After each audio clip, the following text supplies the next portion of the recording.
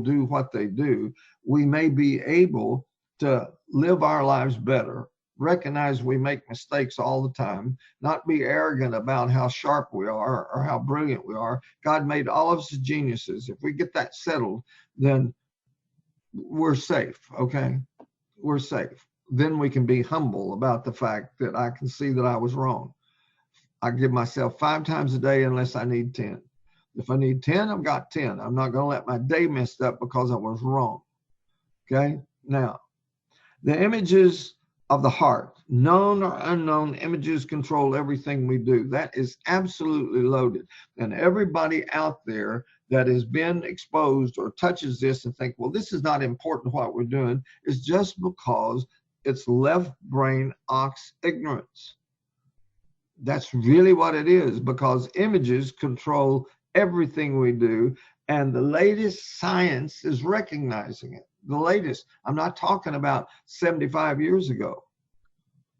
I'm really not. All of these covers that are right here from Time Magazine or National Geographic are all within the last 5 years of the latest research and recognition of how the brain works. And guess what? It's all about images.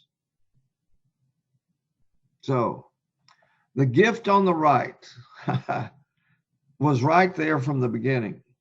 So I want you to see something here. Roger Sperry, we've already talked about him. He won the Nobel Prize for the discovery that the left and the right hemispheres do not process information the same. They're not identical twins. So that's the recovery. That began 1981. The right equipment is from this book right here, Reimagine. Let me tell you something about being a reader. I don't have time for fiction. Now, there's a couple of fiction things I've read because they have deep understanding. But why would I read fiction when I can go read something that has to do with life and real? And I can tell you something really, really amazing. If you will get the writings of men and women that have spent their career and an expertise, and you get a hold of their book, it's amazing what you can discover. Because if I read their book, then I get their distilled thought that's been through editors, and I get the best of what they've got to present. So I will read this book and my life be changed by it. I've told Thea over and over and over, I can read a book and get 2 things out of it that change my life. Just 2 power phrases that can change my life. And has it been worth it for me to get the book? Yeah, well, here's a huge one. It's a major, major, major bestseller. Okay, Reimagine. It went through 3 or 4 iterations. Okay, it's the right equipment. It was unveiled by Tom Peters, who's one of the top business writers in the world. And he said, it's time to reimagine your whole business. That's 2003, because he saw how rapidly the changes were taking place and started calling out to, you have to re-image what you're doing. And this entire book is about, you got to change yourself. You can't be who you used to be, because that world has already left you behind. So reimagine. Along comes Covey, who had the bestseller for the whole period of time of the 20th century, 7 Habits of Highly Effective People. And after 20 years of that, he found out that nobody's life had substantively changed. And he wrote this book called The 8th Habit. And it took him 5 years. And his discovery was the reason that the people that paid me $6,000 for my seminars for a week didn't change is I didn't know about the heart. So I taught them rules and I taught them principles and got them to memorize rules and principles in 7 steps. And behold, I didn't know about the heart. And so he writes a book called The 8th Habit. And he says, by the way, folks, this is not 8. I forgot 8. And it goes 1, 2, 3, 4, 5, 6, 7, 8. But he said 8 sits behind all the 7 and is the 3rd dimension. The 3rd dimension of the 7 that I didn't know to tell you right, because your heart has to change before any of the 7 work. And if your heart doesn't change, You can memorize the book, and it does you no good whatsoever, except it makes you think that you know. That's what it does. Okay, well, it wasn't long after that the right power came along. The right power is by Gladwell, another #1 bestseller, and he called it Blink. Now you see these cover changes because most of these went through multiple printings, okay? Blink. What's it all about? Well, look at the title. The power of thinking without thinking. And the whole essence of this book was that you have this genius inside you that has been sitting there accumulating the entire data of your life and all the information that you've ever been exposed to. And that one makes decisions at the blink of an eye. Automatic, instantaneous, and they are consistently the best. Not how all your left brain reasoning and logic and all that, because that's just got all kinds of confusion in it. Okay. And then along comes this one by Daniel Pink. And I love the declaration because this is about you. If you change and discover what your heart is, where your heart is, and start living from the heart purposely. And guess what he said? A whole new mind. Well, Thea taught you 2 weeks ago, there's no Hebrew word for mind. Okay. So what he means is heart, and he doesn't know because he's been Western educated. All right. But here's his conclusion. Right brainers will rule the future. The lion has come out of the cage. It's time that survival's based on creativity. The time has come where you have to become a changer. You can't just be changed. So we've got these pioneers. All of these pioneers are all pointing in the right direction. Does everybody hear the play? This is right. When we talk about Hebrew, then we're talking about all of the descriptions. Thea did this. We'll do it a little bit overview. All the descriptions of the right brain are descriptions of the function of the heart in Hebrew.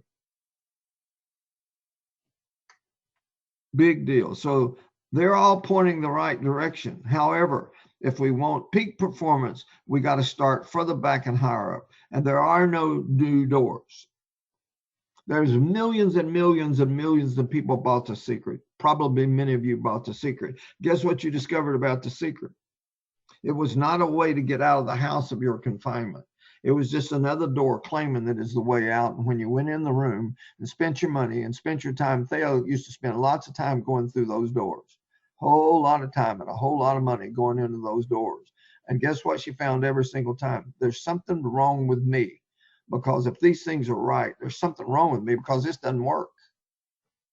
So she ended up with nothing but self-condemnation going through all those doors because she thought, maybe I can get it here. Maybe I can get it here. Maybe I can get it here. Well, there are no new doors. The image maker is the controller of everything that happens in everybody's life. What the heart is, where the heart is, what language it speaks, how to get there. That's the whole issue. And so you see here, across the bottom, ancient Hebrew and nature reveals that the heart controls everything we see and we believe and we do, specifically in that order. It's not believe and do and see. It's not do to believe to see. It's we see. The images that control us are the images in our heart right now. And if we don't see different images, we will do exactly what we've done all along. There will be nothing new. We won't believe anything new about ourselves. We won't believe. I want a core group of people. So I just keep asking the Father, where's a core group of people? Where's 120 people that can get it? We get 120 people that can get the big picture, and you'll see an explosion like you've never seen in your life in person-to-person market. 120 that get it. What do they get? That they have to see the same thing. we get 120 people that are seeing the same thing and believing the same thing and doing the same thing and saying the same thing, you're going to be stunned at what happens. Okay? So here's the characteristics of the Hebrew heart. Images, big picture, creative, intuitive, feeling, experience, holistic. Now, it's now. Where's your heart now? Thea's going to cover a lot about that. Where is your heart right now? Because that's where you are. Doesn't matter where you think you are. You are exactly where your heart is, and you can't be anywhere else, and we're going to cover that. So the ox is on the left, the lion's on the right, the heart of the wise is to the right, King Solomon said, the heart of the fools to the left. Now, I know that's strong language, but it basically says the world has been focused on a left brain fool's world for centuries. But they're brilliant fools. They're PhDs, but they're focused the wrong place. Yeah, the genius sits on the right, and the right brainers are going to control the future. And that's why we're here. So we're going to talk about chaos, how we change the picture. All right, Thea, you got it, and I'm going to get me some more water. I'll be right back, okay?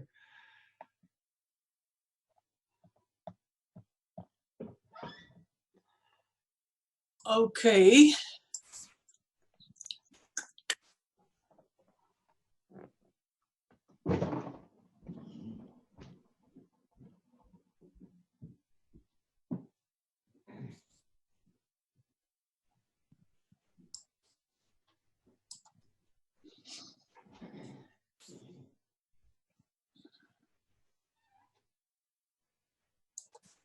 Okay, so I hope that everybody can see my screen.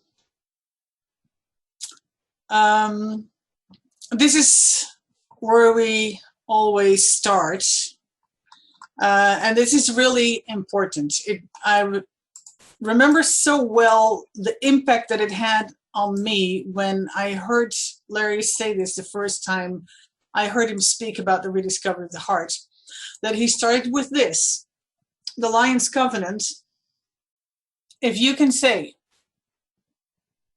out loud to me, I am free to disagree with everything we say.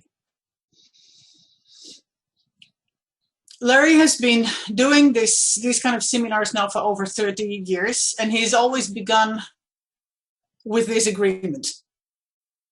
And so we need exactly the same thing. And it is actually this way, that we cannot go any further until you tell us that you are free to disagree with everything we say. And so now that we agree about that, now we are free to tell you what we believe. So we're not here to tell you what to believe. We're here to share with you what we believe. And then you will find in your own heart if it rings true or not. But there's freedom in that. We're not trying to convince you. We're not trying to impose on you things. We're sharing what we believe. And you're free to disagree. So we can be open. And when we can be open, we can discover new things. And that is just so wonderful. We start always with this, that this is about the ancient Hebrew wisdom, that an old saying of King Solomon is that the heart of the wise is to the right and the heart of the fool is to the left. And we have this picture that Kim, Larry's wife, painted for us with the lion on the right and the ox on the left. Now, one of the things that we have had when we started this about 10 years ago, and when we started to do this together in an online format, etc., that there are always people say, okay, so well, I'm just more left brain, or I'm just more right brain, or whatever that is, and it is like, well, that is just the way I am. I'm just more left brain, or I'm just more right brain. And when I saw this picture, it just said, who is going to say, well, I'm just more an ox? That's just the way I am. This picture is painting so beautifully what it really is about, that we have a lion inside us, a lion genius inside us.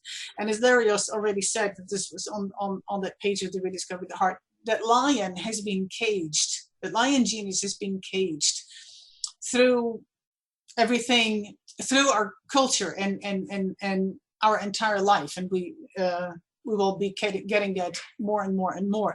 And so the ox has been taking the lead, but that is not the purpose, and that is not the job of the ox. And so when we learn to see that the lion and the ox are two different roles, they have two different way of seeing things, two different way of thinking, and they're two different roles, then it is not anymore about, well, I am just wired this way, I'm just more left brain, I'm just more right brain. It is that we start to see that these two have to work together, but in a specific order, and it cannot be vice versa.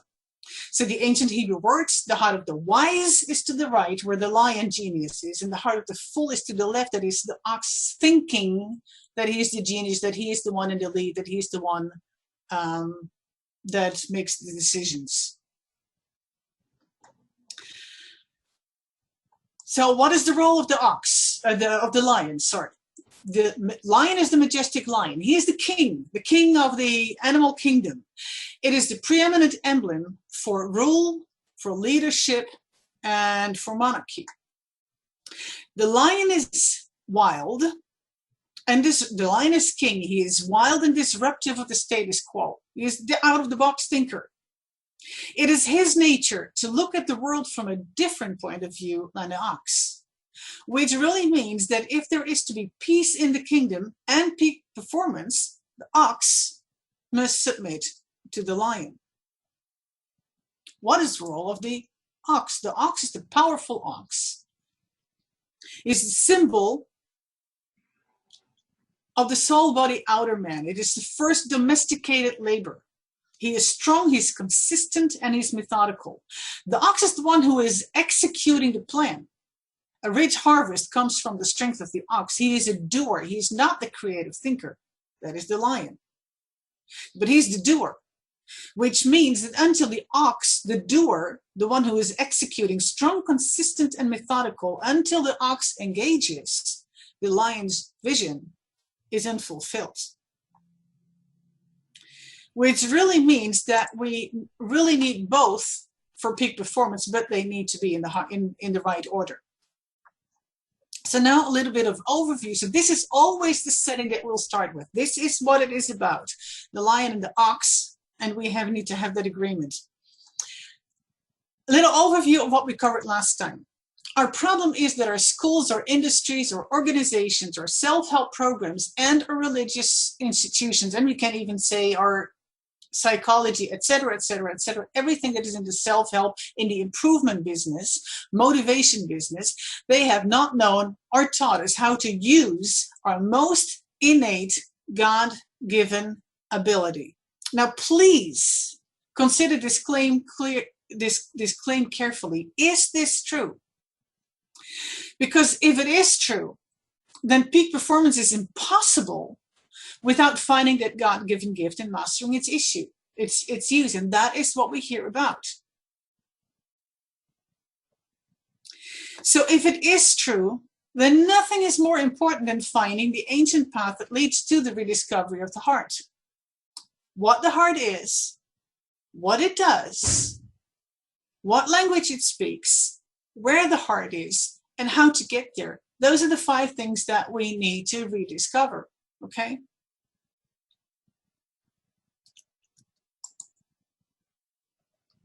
The left brain ox does not know what it cannot know. The left brain ox knows the words. The right brain lion experiences the meaning. And here's what we had last week.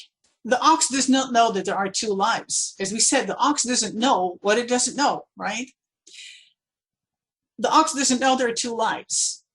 In ancient Hebrew, we discover that life, chaim, lives, is plural. There's an interior life and there's an exterior life. There's a spirit life and there is a soul life. And here you can see it. The heart is the spirit's body. The spirit lives inside the heart. The soul lives inside the body. What you see that inside the boxes, the spirit and the soul, their life, the two forms of life that we have, spirit life and soul life, inner life and outer life. The spirit relates to the inner life, the soul relates to the outer life, that all that is out here. The heart and the body are the organ, the spirit and the soul are the life. Two lives. This is when we really get this becomes life-changing. When we really get this, there are two lives, spirit life, inner life, soul, outer, exterior life, spirit in the heart, soul in the body. It is the heart that seals how we feel about life. It is with the soul that we get all the data in through all our senses. But it is the heart that seals how we feel about all the data that the soul, life, outer body, senses is giving us. The heart seals how we feel about it. Okay?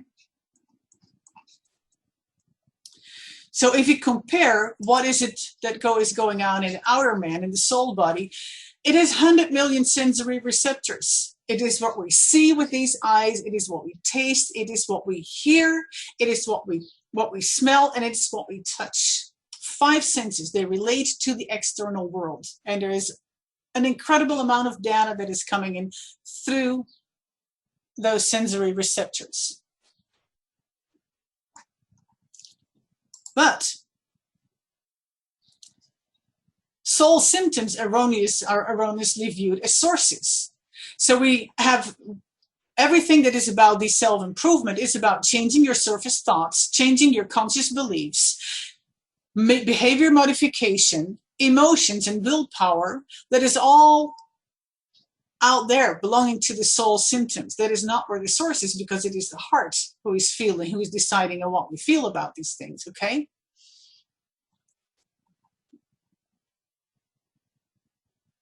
We covered puppy girl so that we can have that wonderful soul-to-soul relationship with our pet, with our dog, with our cat, with our pets. Our problem is how much of our relationship, human-to-human relationship, are actually soul-to-soul instead of heart-to-heart. And that is what we are about here. We want to get to that heart-to-heart. So what is the heart? The home of the heart. Your heart has 1 billion nerve cells. We said earlier that the soul, the outer man, has 100 million sensory receptors. Well, your heart has 1 billion nerve cells, and it has 1,000 trillion or a quadrillion synapses right here, sharing information. All this little light bulbs that's going on, this sparks. That is 2 synapses, two nerves sharing information there at the synapses. Where is the heart? Well, it is in the whole, as in a hologram. It is everywhere. Okay? Where is the heart? It is in your cellular memory. It is in the membrane of the trillions of cells throughout the body. It is everywhere. The heart is in quadrillion places, and at the same time, it is in no place at all, because it is in that interior, unseen world. The heart mirrors our exterior universe with our interior universe. The numbers of the synapses is equating what is going out there in the exterior universe. There is such incredible amount of storage capacity inside you. 100 million sensory receptors, 100 million sensory receptors versus 100 billion nerve cells and 1,000 trillion or quadrillion synapses. What does it mean? We are 1 billion times better equipped to experience the world on the inside than we are for the world outside. Can I make a statement on that last slide? Go yes. back. Mm-hmm. We are 1 billion times better equipped to experience the world inside than we are on the outside. It's the world on the inside that can allow us to see what can't be seen in order that we can go get it out here. And we got massive equipment, massive amount of equipment to take the experiences and the elements that have come from out here and say, here's a problem, what's the solution? The lion's got to come up with the solution. The ox is great at saying, here's the math, it's not working. Okay, you designed the light and it's not on. Okay, so do something else. But Edison never once did the light that he saw on the interior with his billion times more. He's seeing a light bulb on, and they keep going through all these attempts to get it on, and he never stopped because the one on the inside never went out. They never got the one on the outside to work yet, but he kept going. Same thing, 14 years it took Albert Einstein to have the math to let other people see what he had seen 14 years before. And he said, I was only working on the details. So that's the genius that's inside you. The equipment that's inside you is a billion times better equipped to experience the world on the inside, the creative world, the world of relationships, than we are the world on the outside. It's powerful. Yes. We have infinitely more capacity to live from the heart than we do from the soul. So it is time that we begin to learn how. That is, again, what we are about here. So we covered the mountain mama. We covered here Larry's story about going back with his mama too, with his mountain mama, go back to where she had been the 100-year-old matriarch, where she had been a 30-year-old school teacher, and then see those senior citizens kneeling in front of her to greet her. And all of a sudden he realized these are not senior citizens kneeling in front of a 100-year-old matriarch. These are 6-year-old first graders with their first teacher. And they're back there. Each and every one of them is back there. They are in their heart. So what does it mean? It means that we are where our hearts are, and we cannot possibly be anywhere else. And that is also, we covered there, that this is the very source, the very reason why communication is so difficult. Why is it such a problem? Because we are where our hearts are. Well, where is my heart and where is yours? Okay? This is where we want to be. We want to be I see you people. That the moment that I can see you, I can say to you, hey, I see you, and you can say, here I am. That is the kind of relationship we want. People to people, heart to heart, not soul to soul. We want the heart to heart, but for us to be able to heart, I need to be able to see you, and you need to be able, I need to be free to say I see you, and you need to be free to say, here I am. Okay? And when that happens, then our ox has a servant's heart, putting others first, because it is I see you. It's not about me. It is about I see you. I put you first. So when that happens, we can really do something remarkable. Okay, Larry? Okay, I just now recognize that I got so much into what you're doing that I didn't open up where I need to be. So can you just close that screen and let me get over here and get a download going. Sorry, folks. I love how well Thea has internalized this. And she can teach, she's been teaching PhDs and medical doctors and seminary professors. And Mark Victor Hansen has got an incredible statement. A huge statement that I absolutely love and fits us so well. And the statement is this: each one teach one until all are taught. Okay. So we've said from the beginning that heart seekers, authentic heart seekers, automatically become heart teachers. Because once it starts really clicking for you, and just keep this in mind, folks, I have literally mentored at least 12 PhDs in psychology. Now, that's a big step for those people who know to give me money to teach them to say, well, you got to start over because you're in Sukeology, which is soulology, and this is about heart. And Dr. Lloyd, we started before he ever became Dr. Lloyd, but we started with Rediscover the Heart, and he was a a youth minister in a church with a PhD, with a master's degree, when we said, well, you got to start over because your life's a wreck. You got to start over.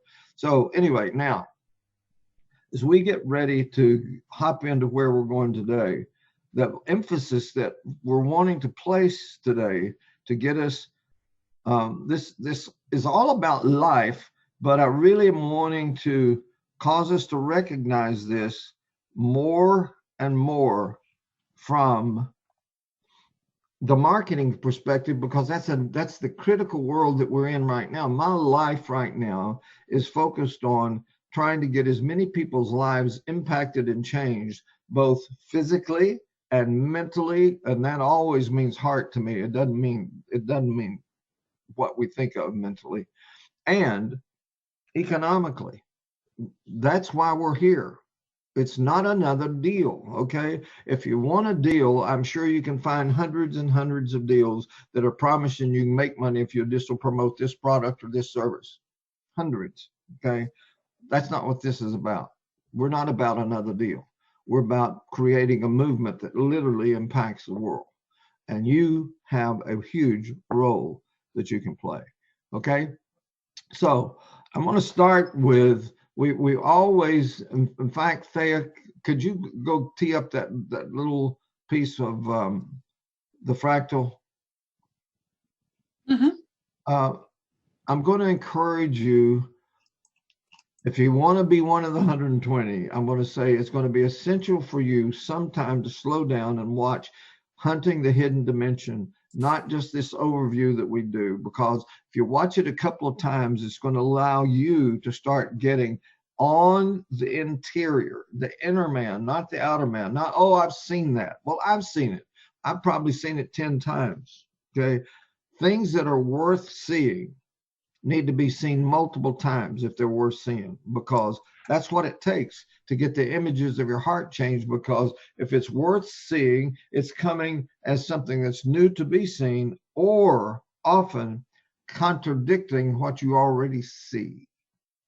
And that's the paradigm paralysis that causes people to miss paradigm shifts, because the number one block of people that miss a paradigm shift are the leaders in the old paradigm, because they're blinded by where they are. So it's all about seeing. It's all about seeing. So let's watch this again. It's very, very short. Someday I'm going to do a session that we'll just take that one place and break it down and go through all of it. But watch this. It's really critical.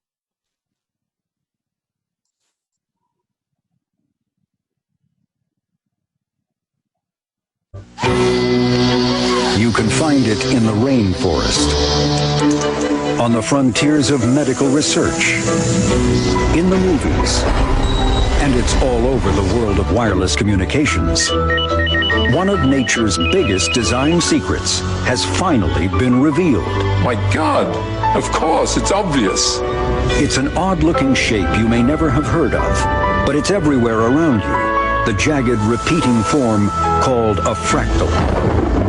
They're all over in biology. They're solutions that natural selection has come up with over and over and over again. Fractals are in our lungs, kidneys, and blood vessels. Flowers, plants, weather systems, the rhythms of the heart, the very essences of life. But it took a maverick mathematician to figure out how they work. I don't play with formulas, I play with pictures. And that is what I've been doing all my life. His was a bold challenge to centuries-old assumptions about the various forms that nature takes. The blinders came off, and people could see forms that were always there, but formerly were invisible.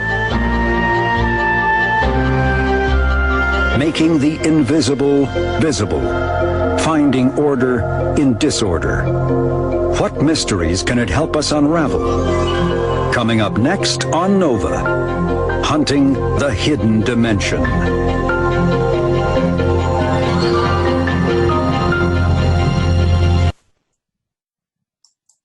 Okay, now let me make this statement. This is an introduction to where we're going today. You can find it in the rainforest. Okay. Yeah, you can. But the biggest thing is not the rainforest, that you can find it inside you. The biggest discovery about fractals is not what all these left brain scientists, for the most part, are talking about in that clip. That's basically who's talking, left brain scientists, okay? They're not recognizing that the discovery that is being talked about is the number one discovery about who they are and why they are and what they do and why they do what they do. They've not internalized it, that all of this discovery of the fractal nature of geometry is the fractal nature of creation, and that every single person is operating on the basis of the fractal formula that you were when you were one cell, and then a ton of experiences in life going forward that become new fractals that form new images in our heart that control what we do and how we interpret what happens from out here the rest of our life until we change pictures. So Mandelbrot's discovery of fractals may be the most important scientific discovery ever made. Like Sperry, we've talked about, Mandelbrot was brilliant. He was courageous, but he's late. As defined in our essential vocabulary, the fractal is the first formula of all things. So ponder it. It's the first fractal of all things. A single whole duplicates, divides, becomes two mirror image wholes that create a new single whole. Everything that exists is reproducing itself based on its core fractal formula. Each doubling action is called an iteration that can be repeated to infinity in both the macrocosm out here and the microcosm in here. When we internalize the fractal revelation, we will discover the core truth about how our hearts control everything we do. Now, let's talk marketing for a minute. What do we now know? I know that I know that I know where the hearts of 99.9% of the people on the planet are. Okay? 9 out of 10 people are going to say chaos before we had this chaotic situation that's taking place in the world. They're already telling me chaos in 1989. So the greatest marketing secret that you can possibly know is knowing where the person you're talking to's heart is when they don't know where it is. And many would deny it. I've had people say, well, I just said chaos. I mean, I don't really think chaos. Well, excuse me, your heart's already told me what your answer is. So it doesn't matter. The ox is up here trying to explain why it gave the answer to the word chaos. Doesn't work with me because I already know. No, your heart's already told me where you are.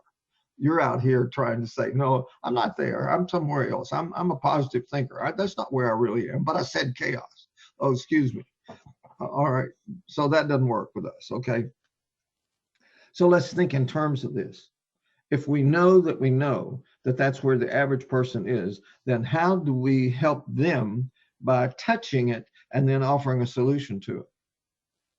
Everybody hear it? I'm going to do that at the end. We're going to talk about how we touch it and then we offer a solution to it. Okay.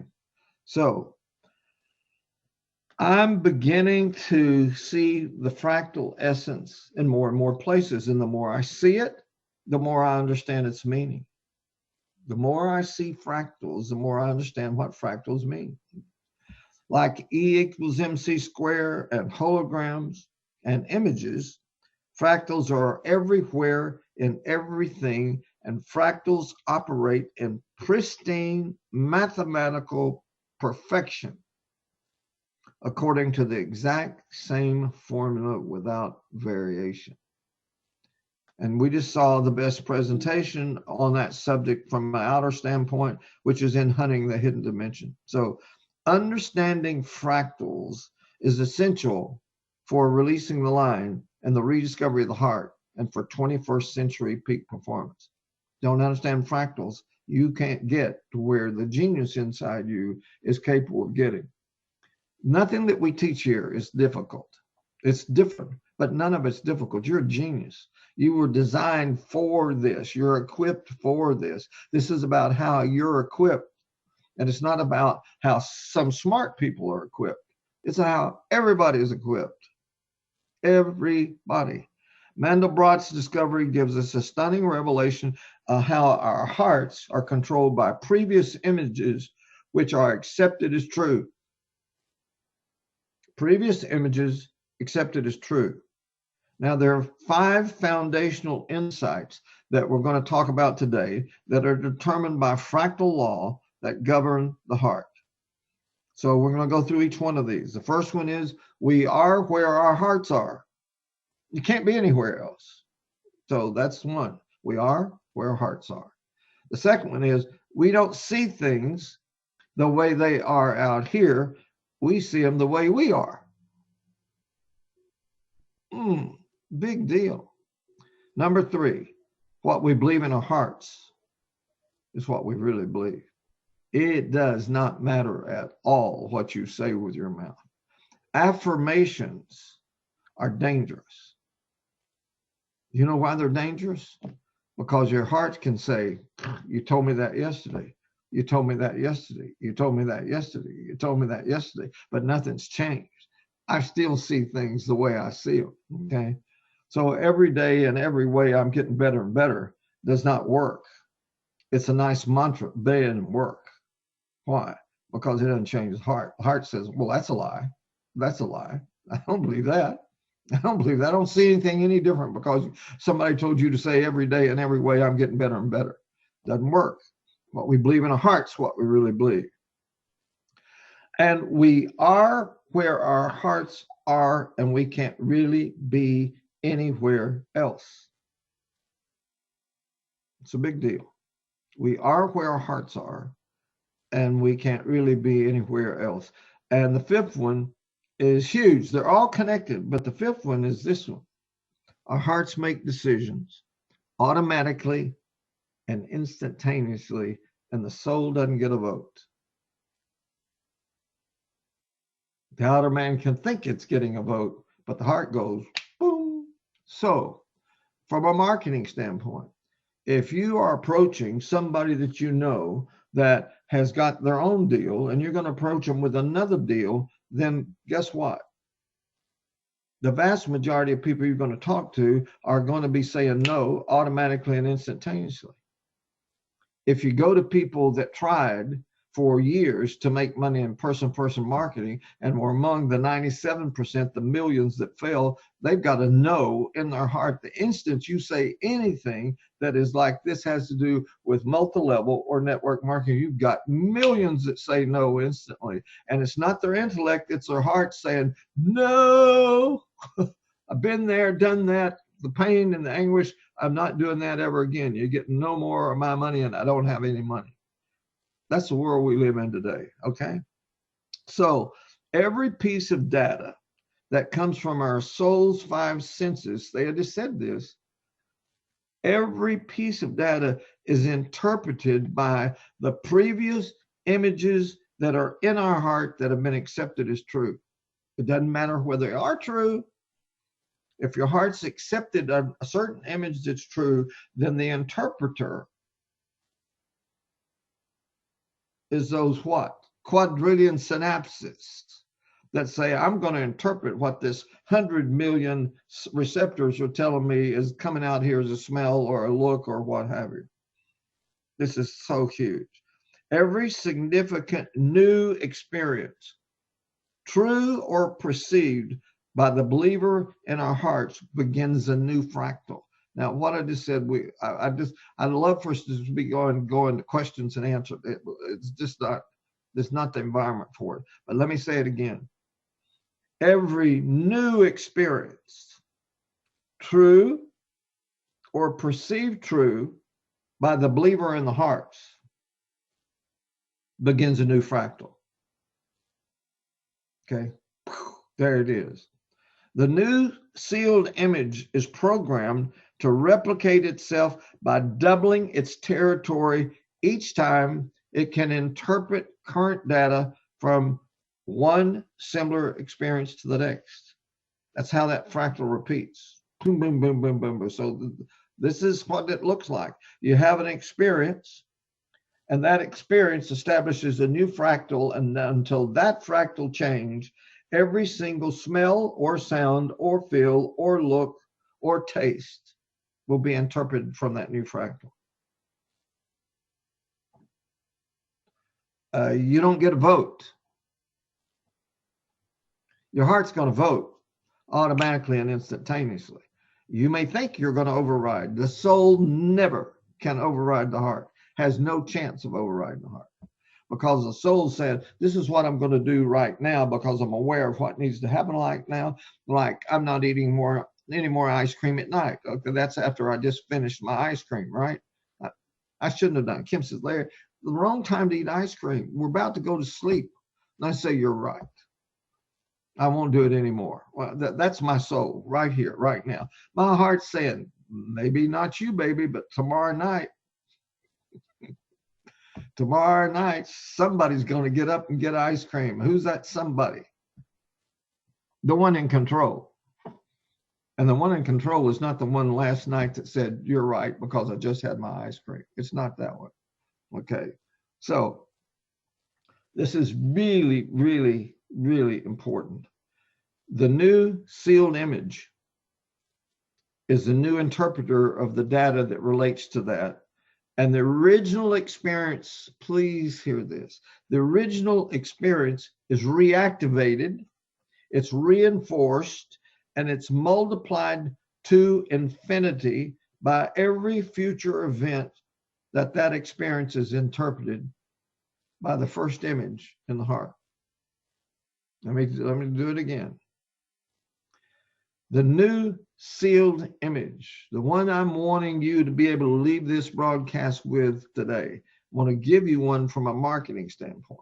Don't ignore anything we're saying, and don't worry about your heart's getting way more than your intellect can get about what we're talking about. That's the reason we keep doing it over and over and over, because repetition is the key to the heart changing, okay? But every single time that original experience is reactivated, it reinforces, in other words, more synapses fire, more neurons fire, and you got more of your heart that believes that than it did yesterday when this has been reactivated again today, and today, and today, and today. We talk about somebody that's stubborn. Why are they stubborn? Because they've got a fractal that has been repeated over and over and over and over and over, and automatically and instantaneously. They are so confident that they're so smart, or that they know what's best, that they're going to say no automatically and instantaneously. And you think that they're consciously saying no, and what they're really saying no is from the heart that never sleeps. The heart never sleeps. The soul goes to sleep, gets rest, and the heart is what? Playing the replays over and over and over. Where do you think dreams come from? Where do you think bad dreams come from? Okay. All right. Every original fractal is hardwired, it's coded, and it's sealed, and it can only be changed when the first image is replaced by a stronger, conflicting image that the heart comes to believe is the greater truth. Now, this is why paradigm shifts are so difficult, and why the vested interest in the old paradigms. I had somebody talking to me yesterday about rediscovery of the heart. Is what we're doing here really in the way of what we're doing? And I said, you know, the number one obstacle to what we're doing, and it's not even close, the number one obstacle by far is the compensation, and how we are changing the whole way compensation's been paid, and why 97% have left out, because it's based on two-dimensional models instead of three. And everybody with a vested interest in the old paradigm resists automatic, instantaneously on the inside. They say, I can't get it, I can't understand it, what have you, because of their old paradigm, blinded by the old paradigm. There's nothing difficult about three dimensions. The whole world. I've got some cocoa in here to try to help my throat. Well, why? Because it's three-dimensional with a hole in it. The entire world that we live in is three-dimensional, And we have trouble getting people to understand 3 dimensions. Why is that? Well, Dr. Kaku explained why. Why? Because left brain ox live in a 2-dimensional world. They're circled in a 2-dimensional prison and they don't even know it. And he says flatlanders. When he says flatlanders, just know he's saying left brain oxen. Don't know the word up, but a 3-dimensional person can, he says, yank somebody out of the 2nd dimension. Well, what we want to do is draw people out of a 2-dimensional world into the 3rd dimension. But what causes it to be so hard to see? Previous programming repeated over and over and over. And those programs will stay trumping and winning and making the decision until it's replaced by a stronger conflicting image that the heart comes to believe is a greater truth. The minute we get 100,000 people that recognize the 3rd dimension is a greater truth than 2 dimensions, we change the world. In fact, we don't have to get to 100,000. When we get 10,000, maybe when we get 120 people that really get it. Yeah, maybe that's it. Okay. All right. So here we go. We've looked at the hidden dimension. We've talked about that. So let's go into who are we?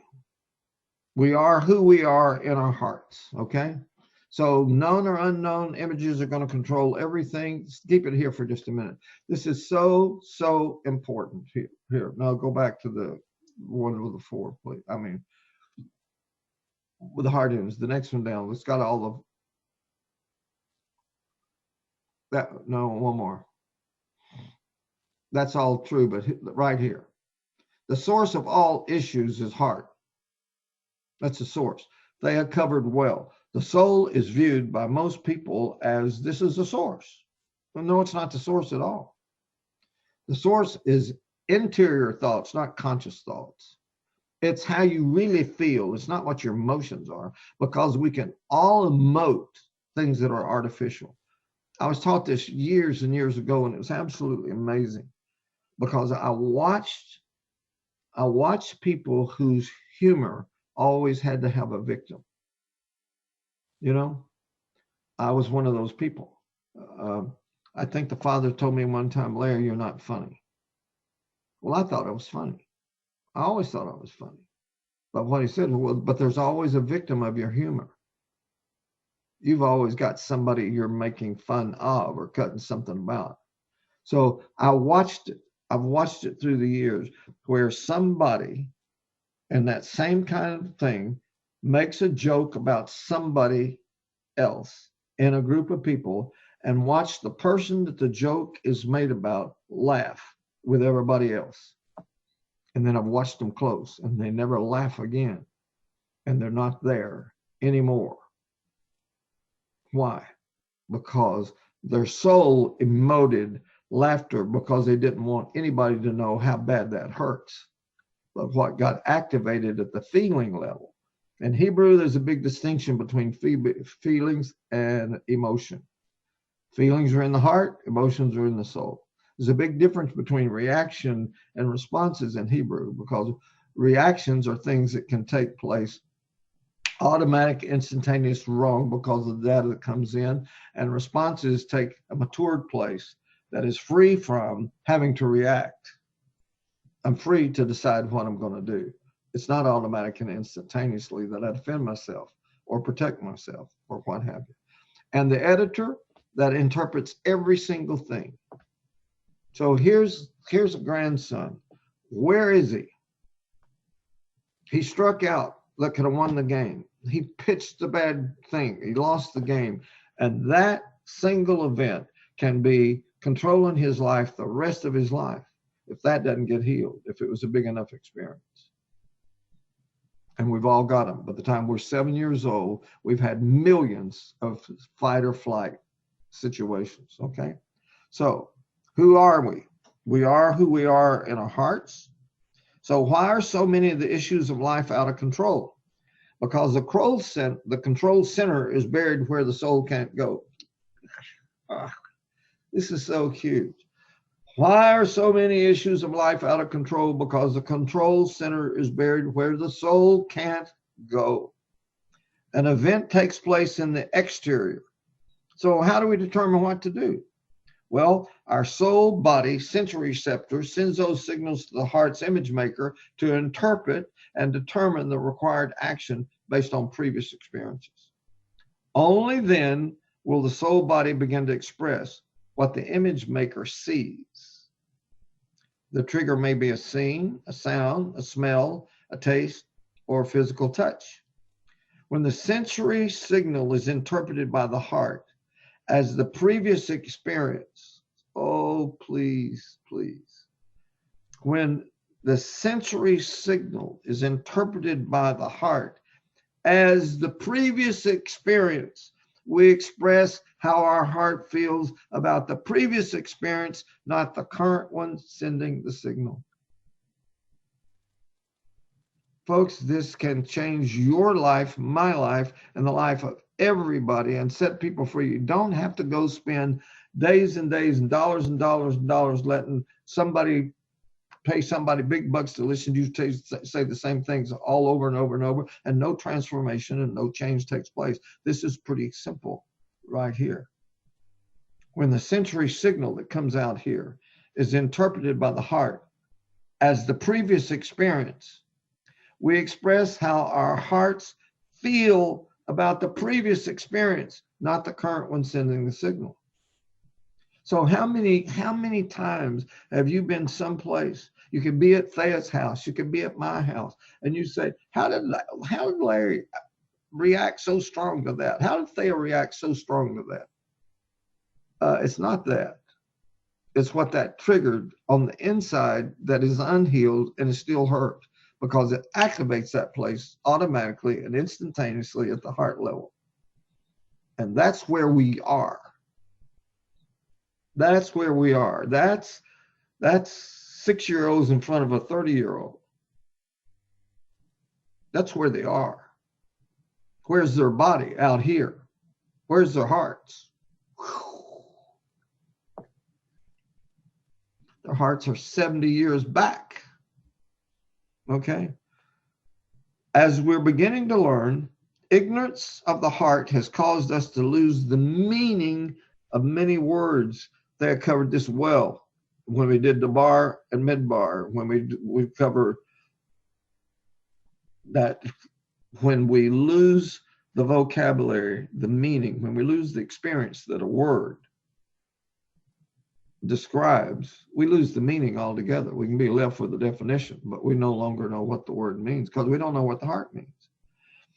React and response are two words that describe critical actions of the heart, incorrectly defined as synonyms. Their meanings are drastically different. React means to redo what we perceive was done to us. It's fight or flight. It takes no maturity to react. Responses, on the other hand, are almost impossible without maturity. In fact, overreactions from our false self, from places in the heart that are not healed, that's where they come from. Overreactions are always indication of places in the heart not healed. The outer trigger simply causes the scene on the image maker to be interpreted by the heart as the first event, and the original fractal being experienced in the now. I can identify so well with this little girl, only I was a little bit older. I made all A's in mathematics. I was the little genius. I made all A's until one day, I believe it's the 7th grade, there was a reading problem and I got stumped on it. And the teacher had put me up front to do it and I got stumped. And that teacher, not understanding the heart, chose to use me as an example. And he ridiculed me in front of the whole class and said, see, even Larry can't get this. Larry's stuck. Larry can't get this. I hated math from that moment on. Hated it. I had algebra 1 in high school, didn't make any kind of decent grade. I hated it. Came to college, was going to be a dentist, got in line for pre-med, stood in line for 3 hours. When I got up the front, they handed me a schedule already made out, and it had college algebra. Anybody wonder where I was? College algebra and chemistry. They handed me this. This is your classes. Where was I when they handed me that schedule with college algebra on it? Where was I? I was back at the board in front of the whole class. Instantly, I said, I don't want algebra. I don't want to take chemistry. And they said, well, you can't be a dentist if you don't take algebra and chemistry. I said, okay, I won't be a dentist. And I got out of line. Who got out of line? Did Larry get out of line? Or did Larry's heart get out of line? Okay. Well, we are where our heart is. We can't be anywhere else. Responses, on the other hand, are free. They're free from the tyranny of the past. Isn't that where you want to be? It's where I want to be. And all I'm trying to say to you is every single person we approach to tell them about this wonderful thing we're doing, where is their heart, not where's yours? It's not where yours is. It's where is theirs, okay? Our verbal commitments are powerless. Our delusional opinions are worthless. And our positive affirmations are useless. We are who we are in our hearts. Reactions are out of control. Alex, responses are not. Alex picked up on this a long time ago, and he's taught it now for years, that the danger of affirmations is the more you say it and the heart knows it's not true, the more you're living in deception, because the heart has to be where the belief is. Belief is a function of heart. It's not the intellect. All right, so let's move on.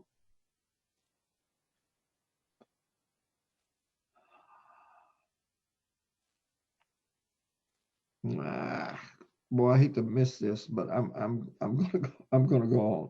So what do we believe? Well, what we believe in our hearts is what we really believe. The warning of ancient Hebrew is that our hearts are deceived, weak, and sickly. It's the reason when Thea and I, the other night, we played this beautiful song that we really love. It's Leave With Your Heart. It's a gorgeous melody, and it says it always comes from truth. It absolutely comes from untruth. If we don't recognize that our hearts are deceived, there's things we believe that are not true that we hold tenaciously to, that our hearts are weak and that our hearts are sickly. If we don't recognize that, then how do we ever make change? We don't, because we think we're all right. Well, what is wonderful to know is the Father has made you all right, and all kinds of things that he intends for us. All we have to do is learn his ways, and things change differently. Okay, if we accept the truth, we'll be much less confident that what we say we believe is what we really believe in our hearts.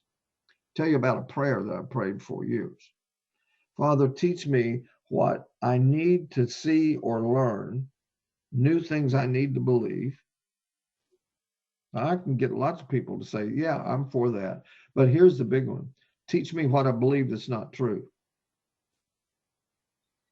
You can't believe the resistance that comes when you ask somebody to just, why don't you ask the Father, what is it that you believe are not true? The minute that we talk about paradigm shift, the instant we talk about paradigm shift, we're talking about changing what people believe because what they believe is not true. There's no paradigm shifts except something that changes everything. It's not an authentic paradigm shift. It's basically the same thing as before. We're here with 3 different paradigm shifts. We're here to the paradigm shift what's here. We're here with the paradigm shift of what's math. And we're here with the paradigm shift of who you are, where you are, how you operate, and how you learn to communicate better to every single person you know, and how you learn how to find out where the person you want to talk to is and talk to them on that basis. That's 3 paradigm shifts, one place. Okay. By the time we're teens, our hearts have been impacted by millions of fight or flight signals. Many of those signals have been connected to and interpreted by the first fractal negative experience that they triggered. And they've happened over and over and over and over and over and over and over and over. To answer, it's the answer to why we do the things we do. They're found here. It's because what we believe in our hearts, what we really believe. It does not remotely mean what you say with your mouth. One of the things that I believe that I can say to many, many people about what we're doing, the answer is not no. You're too smart.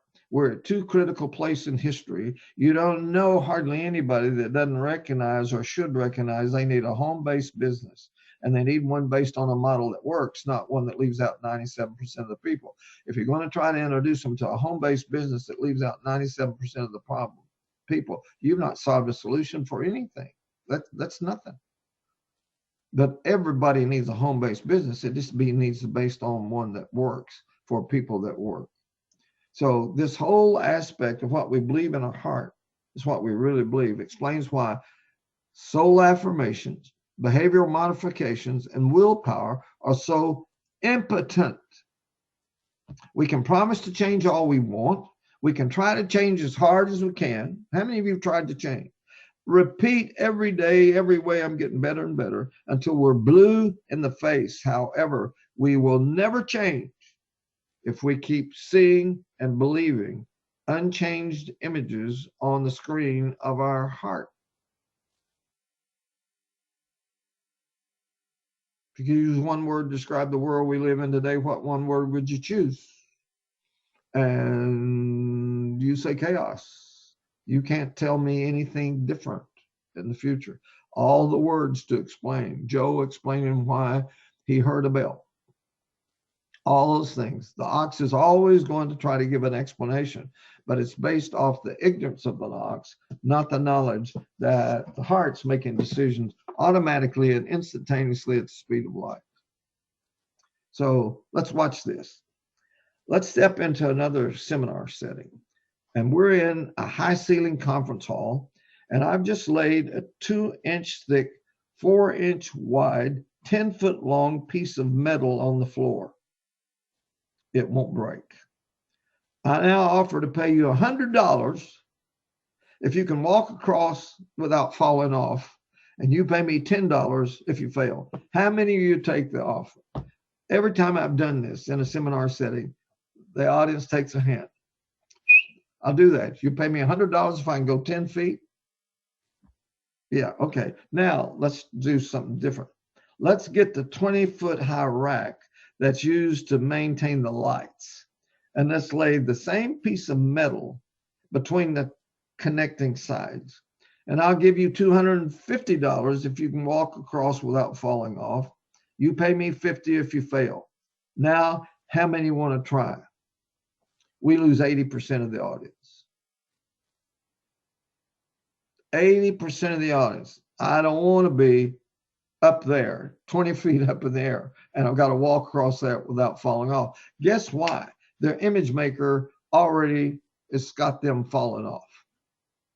They say no automatically and instantaneously. No, I don't want to do that. That's too high. Okay, now, one more challenge. There's 2 30-story towers downtown. It's a beautiful summer day. The wind's perfectly still. The distance between the towers is 9 feet. We take the same piece of metal. We lay it across a 9-foot abyss. I'll pay you $100,000 if you walk across without falling off. But first, you have to make me a $10,000 beneficiary of your life insurance policy.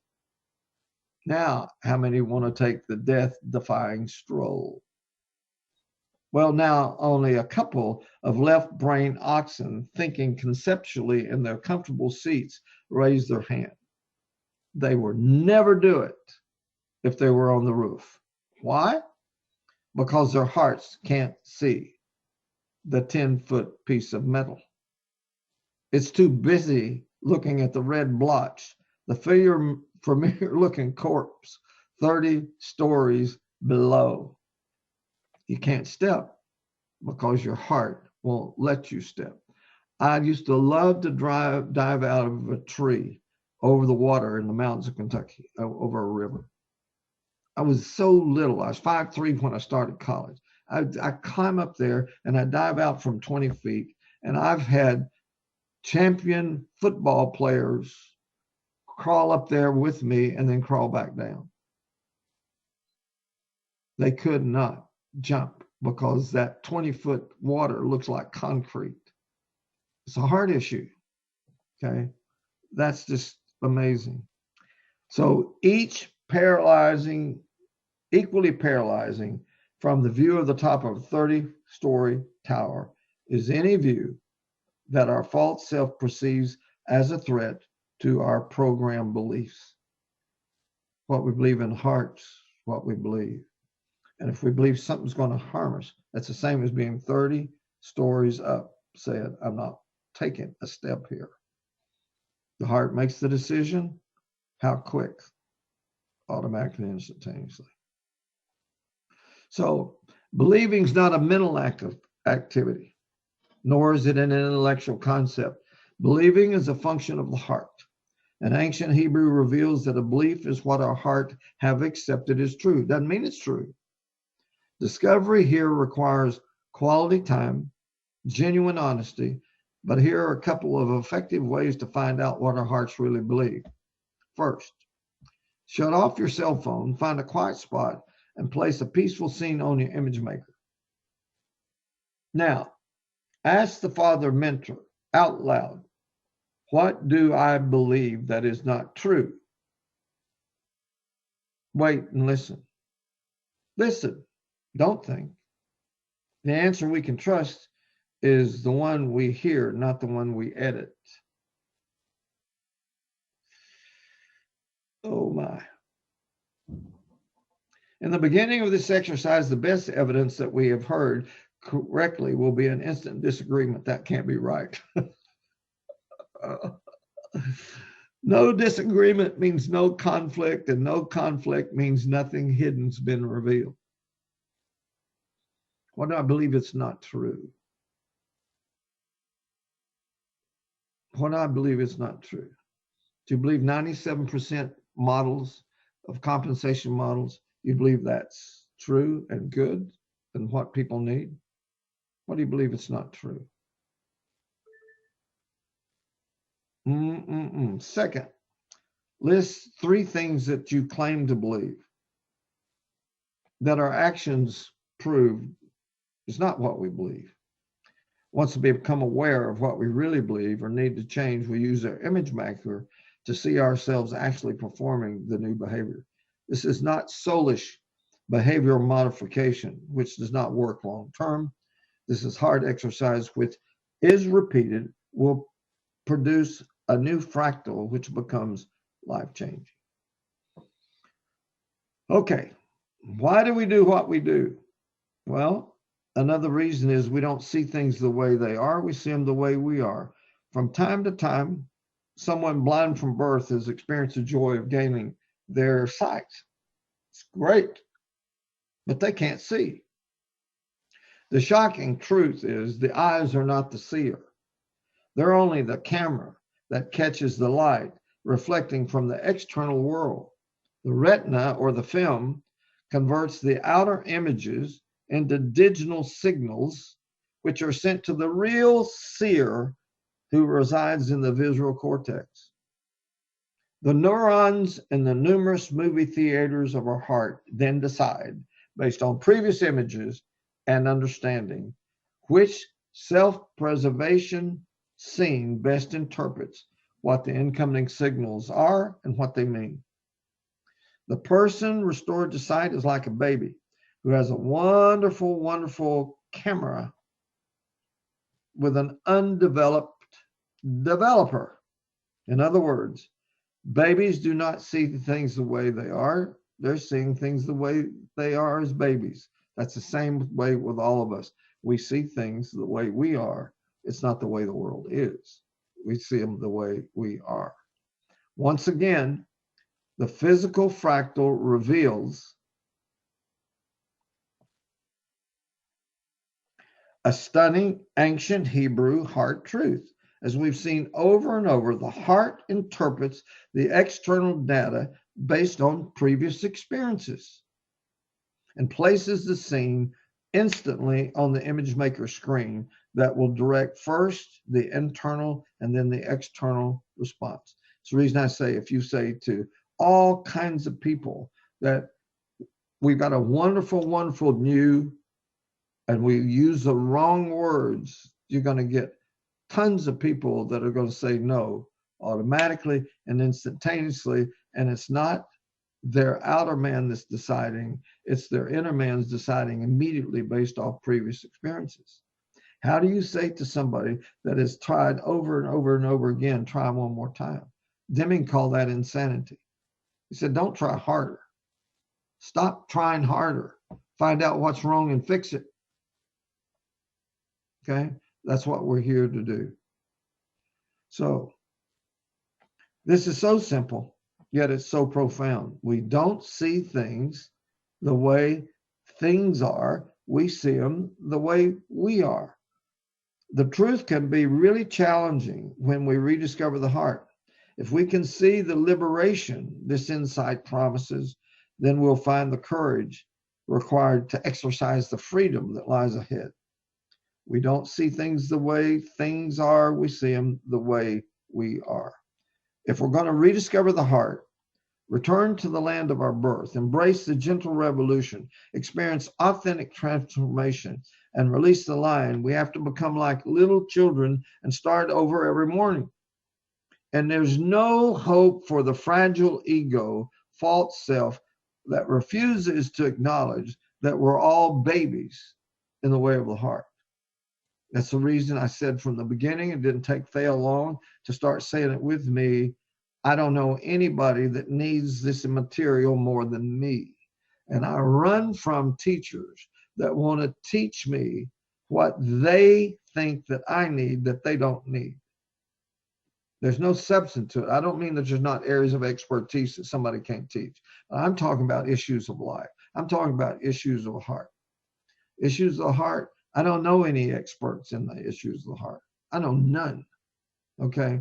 And I for sure know, and I could get Kim to talk after 57 years. She would say, every time he says that he can talk it better than he walk it, just hear me say an amen. In fact, Thea can say amen. Just ask Thea how many times a day she has to say, no, no, no, no, no, you're looking the wrong place. You're doing it. Ask her. Yeah, okay. She knows. When we start to pay attention to the way we speak, our language becomes a source of revelation. When someone tells us something, we comment with I see.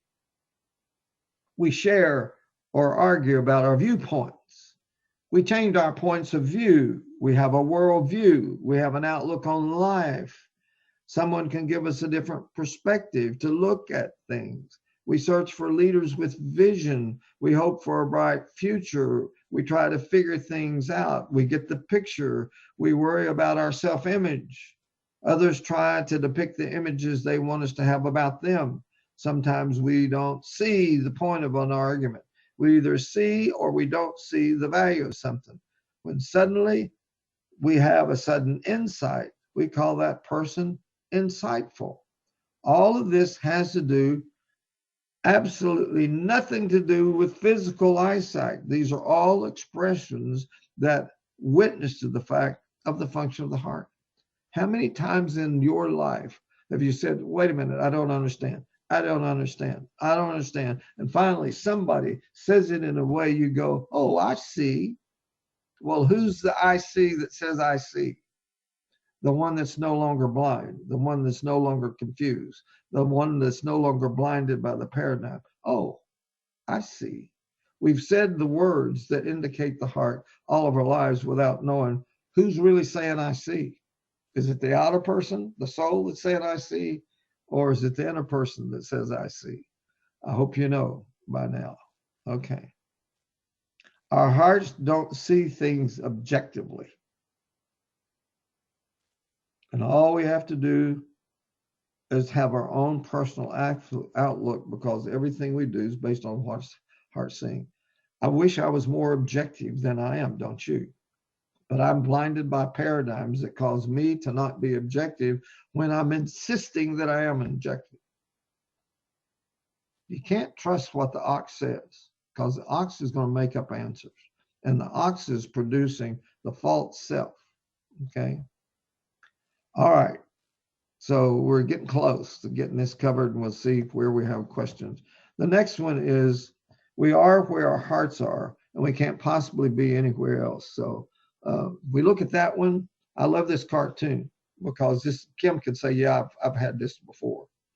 I'm listening to you, dear. You said we're going to dinner with your parents with 2 minutes to go in the half, and I should pass the ball. So really, okay, we are where our hearts are. We can't possibly be anywhere else. I can't tell you how much I wish this weren't true.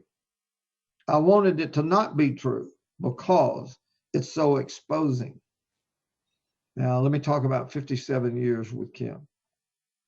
You're not listening to me is a painful cry of the world. I see you. No, I don't see you. I see you as an obstacle. I see you as something to move on my chessboard. I don't see you, but I want you to listen to me. I don't know where your heart is. It doesn't matter where your heart is. I want it to come to where my heart is. That's not a servant heart. That's a domineering heart. Okay. So let's start at home. I love doing this in seminars where husbands and wife are sitting together. You wouldn't believe what that atmosphere is like. I start a seminar. If it's in public, I start a seminar by saying this, that most of the men are not going to like this seminar and most of the women are going to love it. And it gets proven over and over again. So let's start at home. How can a wife say to a husband who's looking her straight in the face, you're not listening to me? Intuitively, Kim has known over and over that I wasn't there. And for 21 years, I could in absolute sincerity say, oh, yes, I was, you said, and then I accurately quote her last words, what did I know and how can I forget that you're not listening to me fires a big time fight or flight signal yanking me into the outer now. And my heart says, you said, but it's a shamtastic, it's a verbal ruse, while my heart races to echoic memory to quote the last words, to prove I was listening. But that's not what the words mean. The words mean I wasn't listening because I wasn't there. And this deception can only fool a false self. So this has happened over and over. It's why authentic communication is so difficult. And it gets even worse. Massive conflict exists because this truth is not known or respected. When out of fear of ignorance, we insist that our view is the way things really are or should be, then we're not there when others are talking. We're just occasionally waiting to hold back our diarrhea of the heart. Thea read this last week. I loved hearing Thea say diarrhea of the heart. That's you have to stop and think about what diarrhea of the heart means. It's interruptions, or it's listening that has one of three primary motives. This is so exposing. I don't like reading this. Okay, I really don't. It means we're only waiting for our opponents to stop talking. I'm playing like I'm listening, but I'm already waiting for Thea to shut up so I can correct her or tell her what's wrong. We already know what we're going to say. We're already there. We're just waiting. The second, we're only listening for ways to prove what they're saying is wrong. I'm not listening to where she is. I'm listening to, no, what did she say that I can say? No, that's not right. Because where's my heart? The third one is really dangerous. And it's being silent out of fear, weariness, or pretending to accept. I can tell you what is absolute deadly: implied consent. If you don't have the courage to say, wait a minute, I don't agree with this, then you're going to pay the price later in a really costly way because you wouldn't deal with it, because it's not going away. And somebody's going to think you agreed because you didn't say anything. I'll give you an example. Uh,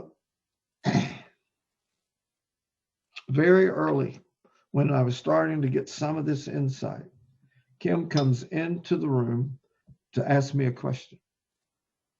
I'm reading Time magazine.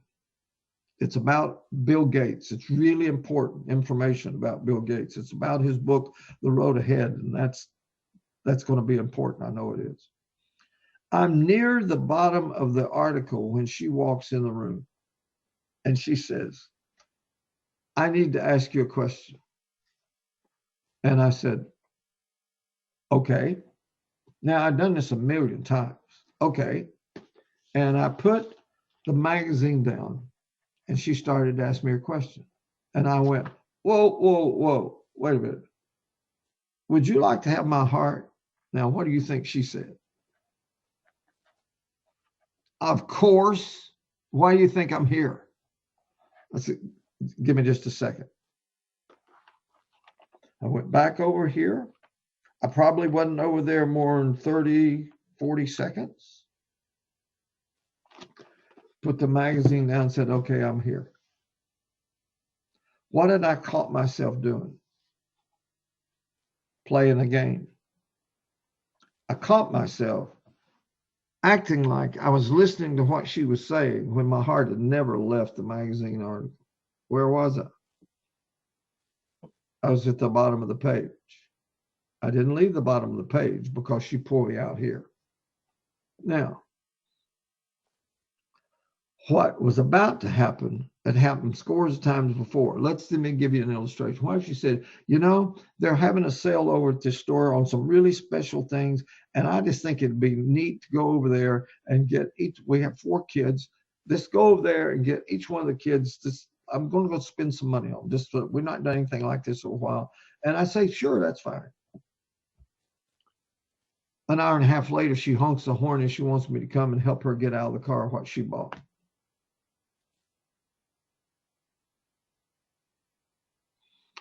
And I go out there and I say, what's this? And she says, we talked about this. And I say, oh, we didn't talk about this. I mean, I didn't know you were talking about this. Why did I not know that we were talking about this? Because I wasn't there. When I said, okay, I'm still in the magazine article. I'm still in the phone call. I'm still where I was with my heart.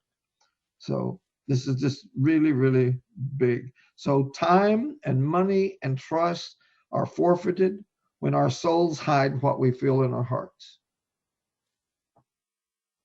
When our souls hide what we feel in our hearts, we see and hear through our hearts and where our hearts are, and nothing else is possible. And authentic communication only takes place when our hearts are fully engaged to listening to the words and watching the expression of others and a desire to see where they are in their hearts. I need a lot of improvement here. Some of you know I'm getting phone calls, and I just beg you, if you're going to call me, the first thing you say to me is this a good time or a bad?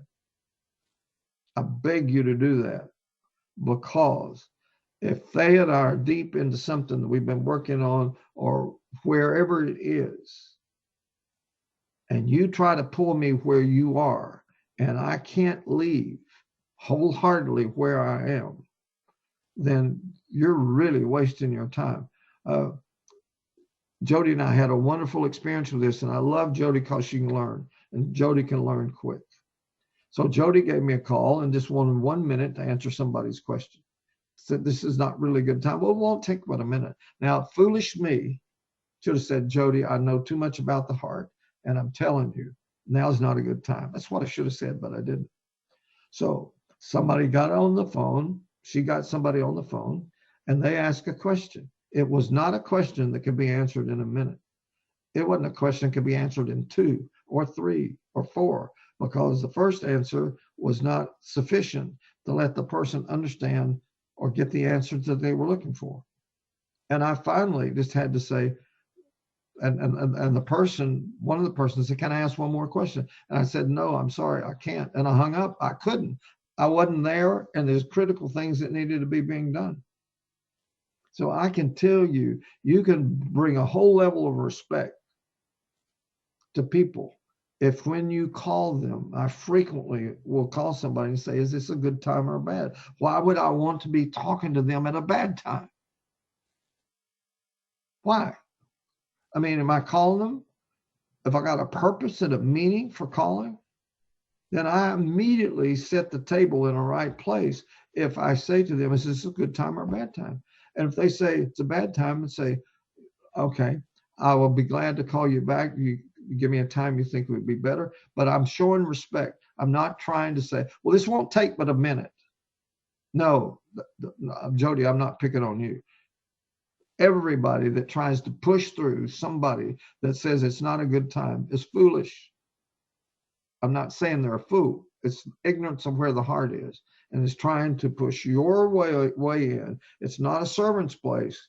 It's a reaching place. It's a grabbing place instead of respecting the person said it's not a good time. Then if it's not a good time, don't spend your time wasting your time, because you can destroy what you might want to have accomplished when a person says no because they went there in the first place.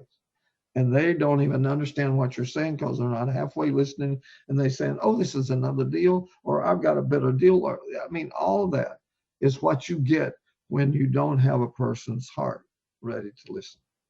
Okay, so we're looking for heart-to-heart communication. It's hard to achieve, and it's wonderful to experience. Now, so we talked about this. We can't be any place except where we are.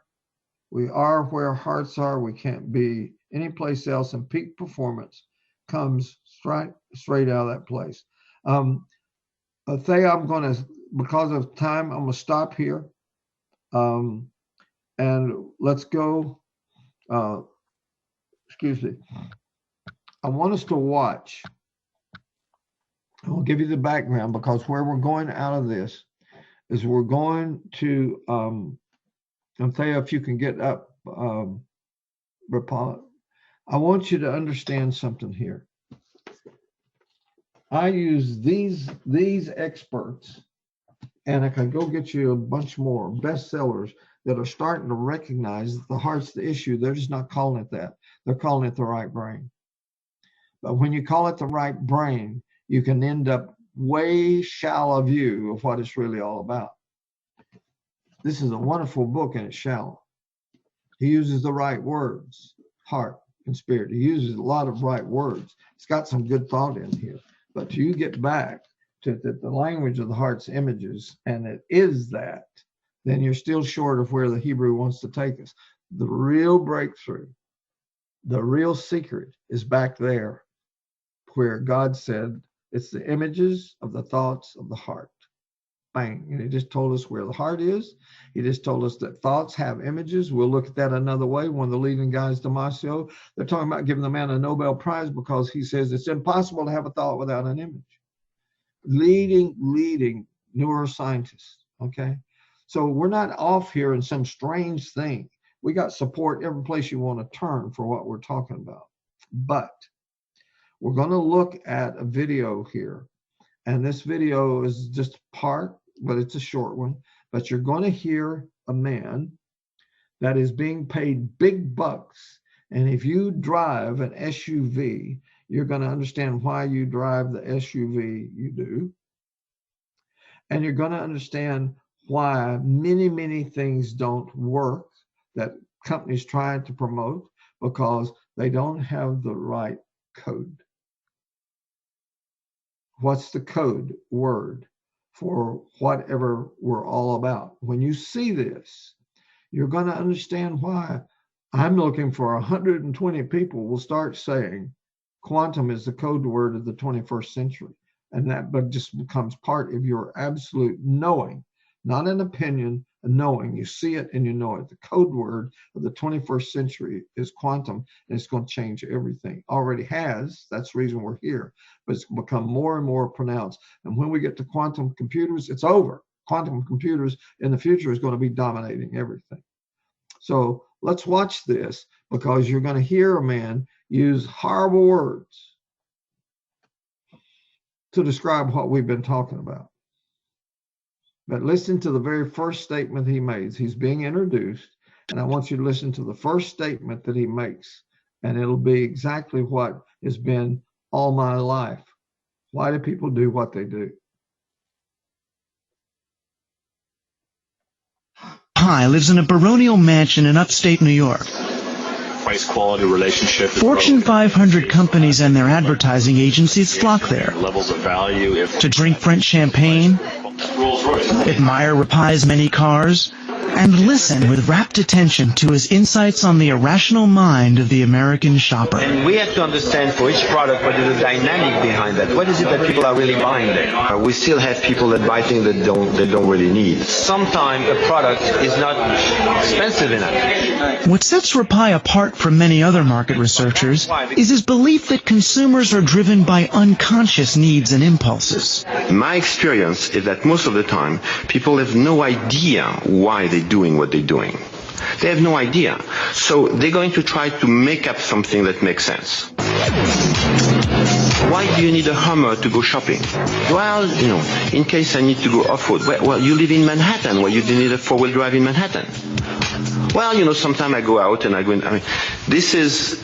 you don't need to be a rocket scientist to understand that this is disconnected. This has nothing to do with what the real reason is for people to do what they do. Rapai began his career as a psychiatrist in Europe studying autism. My training with autistic children is that I had to understand what these kids were trying to tell me with no words because they don't speak. Wow.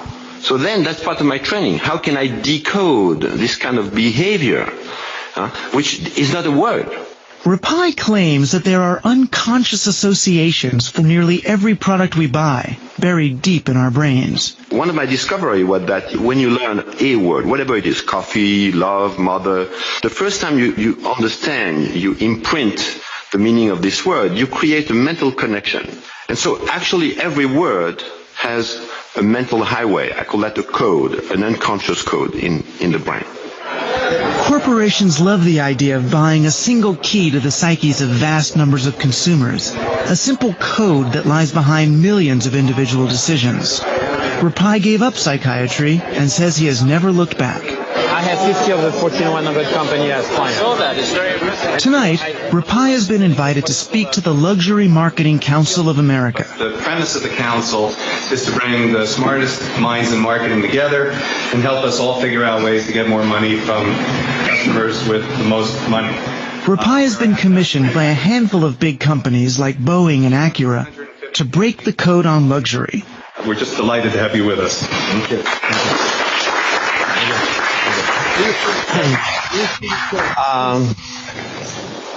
I don't believe what people say. So some people listen to what they say and they say, well, you want to buy that? You want to do this?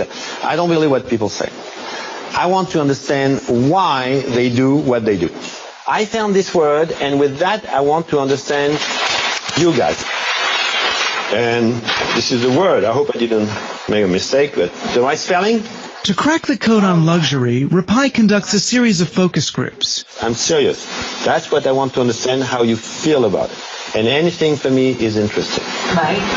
Money! He takes his subjects on what he hopes will be a 3-stage psychic journey. Past reason, through emotion, to the primal core, where Rapai insists all purchasing decisions really lie. We start with the cortex. Because people want to show how intelligent they are. So give them a chance. We don't care what they say. When people try to sell you luxury things, what kind of word they use? Well-made.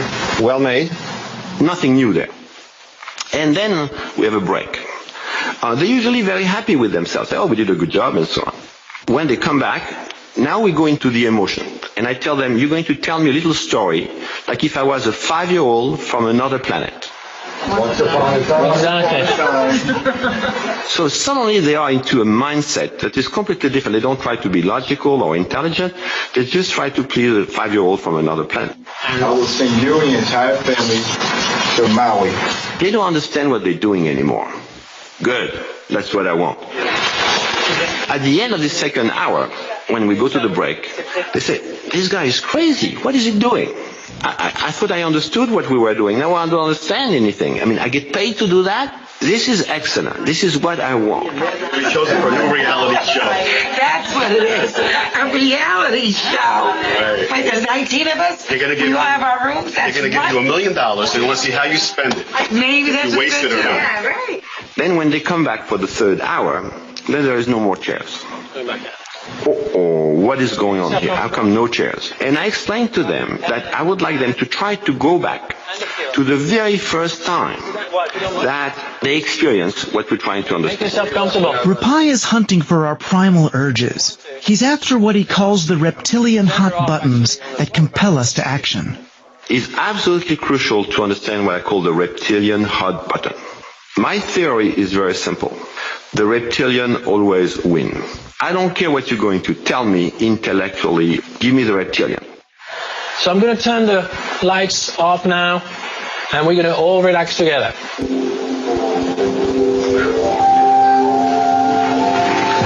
I want you to be in a mindset a little bit like the one you have when you wake up in the morning. You'll be surprised to see that things come back to your mind that you forgot for the time for 20, 30 years. It's amazing. The scribbles of consumers in the semi-darkness, half-remembered words and pictures associated with luxury, somehow become Rapai's key to unlocking the luxury code. Once you get the code, suddenly everything starts making sense. I understand why this car sells, this car doesn't sell. I understand why a small 29,000 Cadillac cannot sell. No, I understand why, because it's off code. Ooh. Over the years, Rapai has told car makers to beef up the size of their SUVs and tint the windows, because the code for SUVs is domination. Découvrez le caractère. He told a French company trying to sell cheese to Americans that they were off-code. Par ses soins donne tout son goût au vieux panier. In France, the cheese is alive. You never put the cheese in the refrigerator because you don't put your cat in the refrigerator. It's the same, it's alive. If I know that in America the cheese is dead, and I've been studying cheese in almost 50 states in America, I can tell you the cheese is dead everywhere. Then I have to put that up front. I have to say this cheese is safe, is pasteurized, is wrapped up in plastic. I know the plastic is a body bag because you can put it in the fridge. I know the fridge is the morgue. That's where you put the dead bodies. Yeah? And so once you know that, this is the way you market cheese in America. It just got easier to just say cheese. One word that kept coming up is in the stories, and I think is reach, reaching to the next level. While Clotaire Rapai and his clients continue their quest to crack the code on luxury,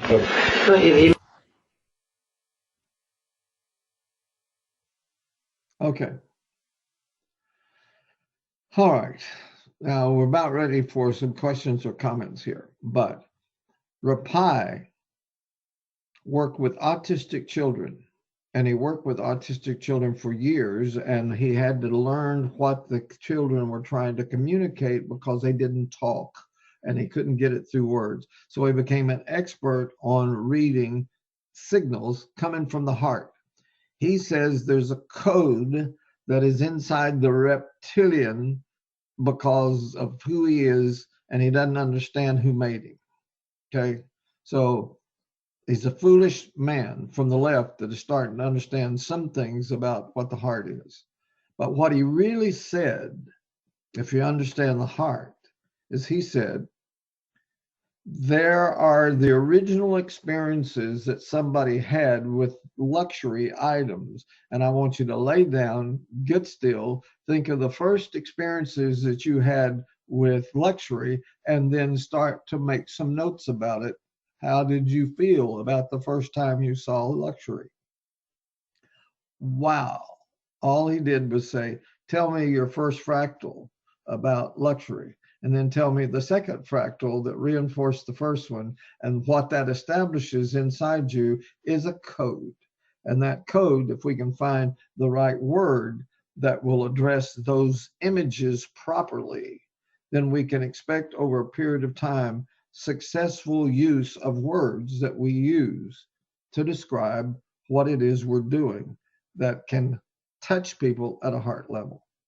Now, I've said all of that to say this, and I gave it last night. I'll get it written up and we'll get it sent to everybody. But we have a man that has just recently joined us, He's had 1 million people in his world before in person-to-person marketing. And he's really, really got some incredible insights. And everybody has wondered about what's the elevator pitch? What's the one thing that you can say in a short period of time that can get somebody's attention? And he gave me an overview of something that I immediately can just go pick. See, why do I read this? There may be 2 things in it, and this will change my life. Why do I read this? There may be 4 things in it that change my life. Okay. So this man said something that changed my life instantly, and I had a place to plug it in a major way. So I'm going to give you some words, you write them down, but I want to get them to you in the future. But watch this. We know that before the whole current epidemic that took place, we know now that we know that 9 out of 10 people are viewing their future in fear because they view it chaotically. And it does not mean, he just said very well, the ox is going to make up an answer. What did he say? That's good. I want them to make up an answer. That's good. I want them to see. Let them think they're smart. Okay. Now we'll get them in here and say, now tell a story. He called it emotions. He meant feelings. Okay. But that's because he's dealing with heart issues and not knowing to call it heart. But he's saying, so tell something that will cause a person with a story. Well, you just immediately said, wait a minute, I can't use words that I use. I have to use a story, and I'll send your whole family to Disneyland or to Maui or whatever they come up with. Well, that's the ox at its best because he's lost in the world of imagery. Doesn't know the world of imagery. And he says, that's what I wanted. Now, they've totally failed because they can't tell the story. They don't know what they're doing. That's what he says. They no longer know what they're doing because what I ask them to do is forget their intellect and use their heart, only he didn't call it that, and they're lost. They don't know what to do. And so he says, okay, now get on the floor. Get in that state right before, like in the morning. Well, why? Because he's triggered them for 2 hours around the word luxury. He doesn't, when you're talking about remembering something, he doesn't remember the first time you rode a horse, unless that has something to do with luxury to you. He's already got them. The code words coming into them is luxury, luxury, luxury, luxury, luxury. And when you lay down and you get still and you get to that state, it's still luxury is what the subject is. And now you're starting to come with their experiences that relate to that. So we've got people that now know, you may have to share with them, but they know something that they may not know that they know. They really need a home-based business. Yeah, they really need, not do you want one. Wants are at one level, needs are much deeper. We don't get a lot of things we want. We will go after what we think we need. So everybody get that? I can show you another brilliant man that wrote about that. See, if you read enough brilliant people, you can start to sound smart yourself. Okay, that's just a wonderful thing, the way the heart works. So here's the situation. If you got a pen, I'm gonna give you a really important line, and it would go like this. When somebody asks you, how are you? How are you doing? How are you coping? Any of those kind of lead words, then this is the answer that you give. Please write it down. We're going to get it written down. I can tell you, sometime I'll tell you about how I got 27 touring professional golfers to pay me $2,000 to sell a golf magazine that didn't exist, going after the heart. Okay, but that's a whole nother issue. But the bottom line here is really, really important. Where's their heart? How do you communicate?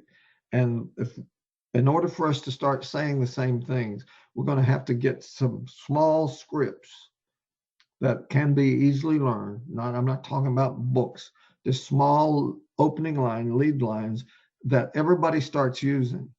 And I know many of you are really, really smart people. But if you say what you can say as a smart person, and you're doing a three-way with somebody, they don't know how to do what you do. But if they hear you say what we're all saying, then they can learn to say what we're all saying. Okay. And we're just talking about openers. Okay. But here it is. How are you? Like most everybody else, I was being overwhelmed by the chaos and my fear of the future until I learned about quantum supremacy. And now I have more hope for the future than I've ever had in my life before. It's absolutely loaded. Like most people, I was being overwhelmed by the chaos. What chaos? If we know chaos is in their heart, then let's trigger it. It's there to be mined. Let's trigger it. It's the code word, the negative code word that needs to be overcome by a positive code word. Okay. But that's it. Like most people, I've been overwhelmed by the chaos and my fear of the future until I learned about, or I discovered, or I found quantum supremacy. And now I have more hope for the future than I've ever had before in my life. You know what? Absolutely billions of people on this planet are the condition that they're in right now, hopeless. Hopeless. I shared something last night that is really important. And it was simply this, that 72% of the people, and I've surveyed that they just recently did in the last 2 or 3 days, 72% of the people were concerned about their income for the future. And 4% were concerned about their health. 4% were in real, my number one concern is, am I going to catch the COVID? And 72% is, where's my income coming from? So that puts us in an incredible position. So let me come there. You can help me look and see where there's questions or comments here. And I know we've gone over, but anyway.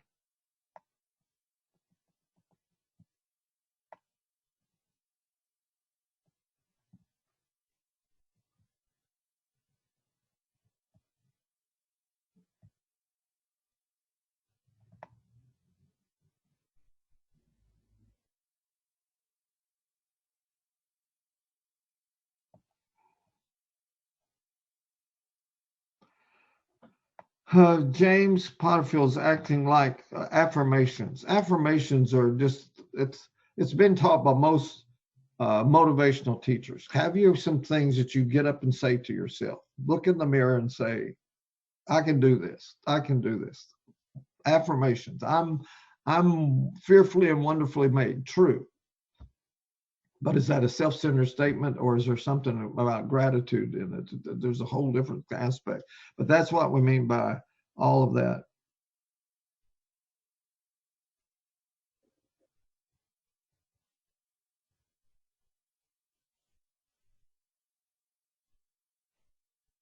Wendy's asking about recruiting models. I'll come back to that in just a minute. Star's saying, you heard you say the heart, the right brain. I said right brain functions, but the heart's everywhere. But the descriptions of the breakdown between right brain and left brain that are given is what, I'll do this another time, but it's where I lit up. I said, wait a minute, because I was having a PhD in psychology use the word right brain, left brain with me for the first time. And when they made the statement that about my son, and they're saying, here's the left and how the left relates, and then here's the right, and my son is the most right brain she'd ever tested, I turned to Kim and said, she's describing the Hebrew heart, because I'd been on the Hebrew heart for months and knew that its images, its geometry, all the characteristics there. So I doesn't mean that the heart's only located in the right. It's saying that when these two are severed, the testing that of the vast majority of people, some left-handed people are a little bit different, but most people tested clearly show that the left and the right have two different functions. But that doesn't mean that the heart's not everywhere. It's in every single cell. So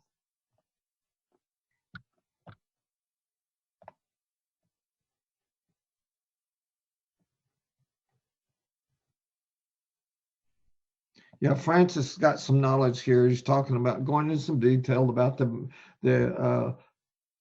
amygdala and the dumb brain and all this kind of stuff. All that's scientific stuff, but it's all covered in Hebrew with the word heart. We will get into that more detail. There are no functions that are not heart functions in Hebrew. Every single thing that we'd use to describe the brain and everything we describe what's been discovered about the equipment, where all that is. We'll get into Dr. Damasio. He's got some incredible insight on what's happening in that equipment. That's down there, the limbic system, all that. We're not getting into that part of it because it's simple enough to say it's all controlled by images. That's where we are.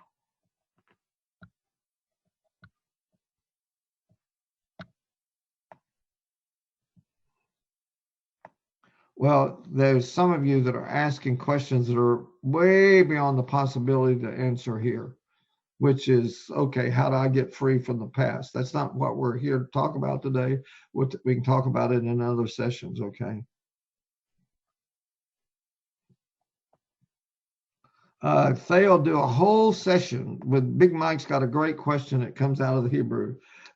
Where our thoughts are, there will our hearts be also. New Age teachers and gurus have grabbed that part, and a lot of ministers grab that one and taken it out of the context of everything that's said around it.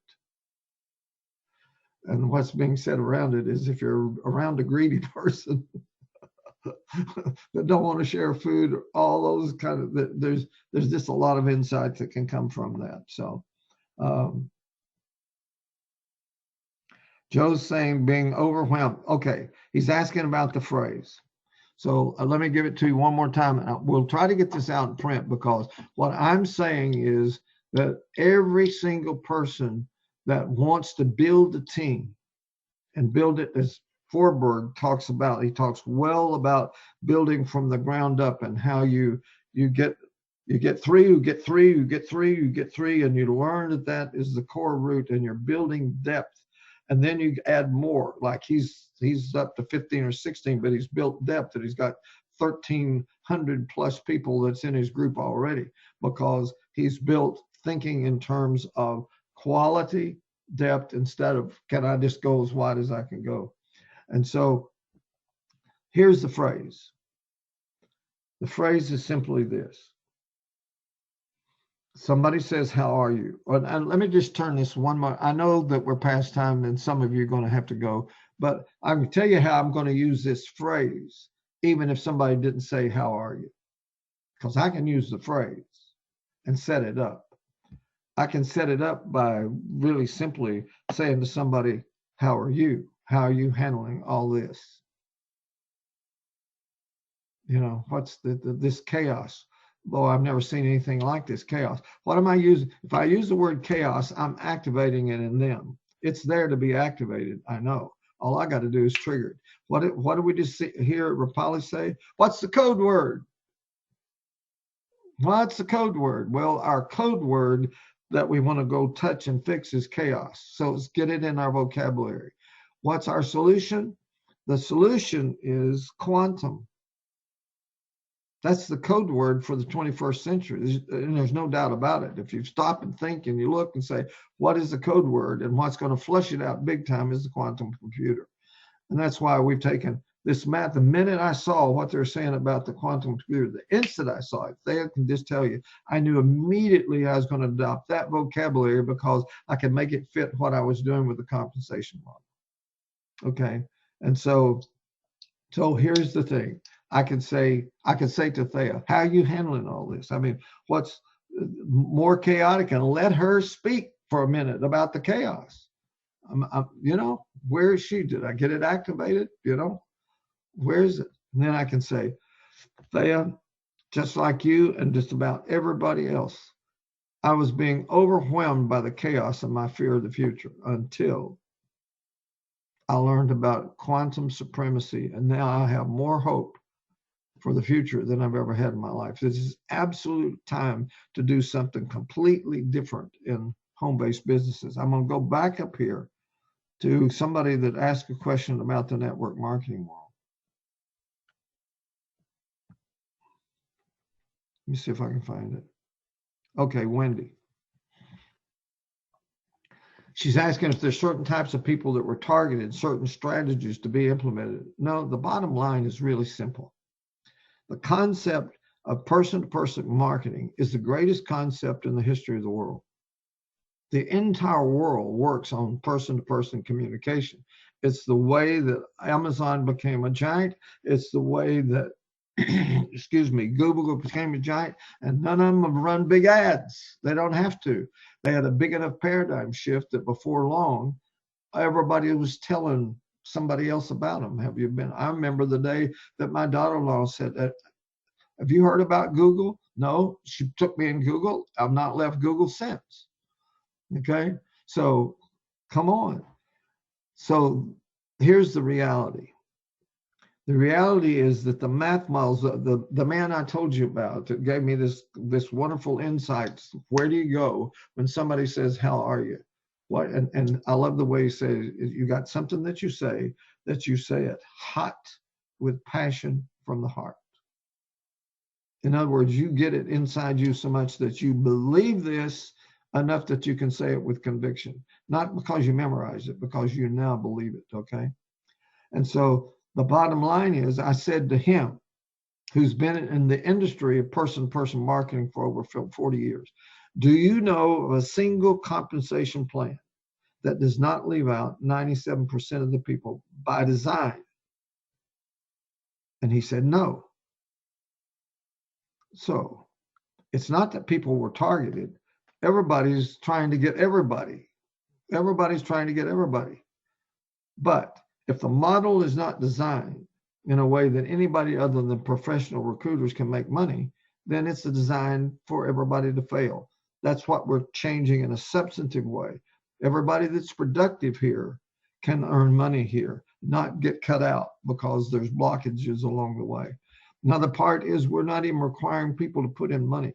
$50 to get their site up, to get you locked into where we can pay you commissions. We don't even require anybody to buy a band. We don't require monthly production. We don't require group productions, because every one of those words are code words for what causes many of the 97% to not make it. They get blocked, or they're being asked to continue to spend money when they're not making money. We're not asking for that. So we're doing a lot there. Okay. All right. So I appreciate everybody being here. Thayer, you got anything to add before we go? Okay, I'm going to go look and see one more. All right.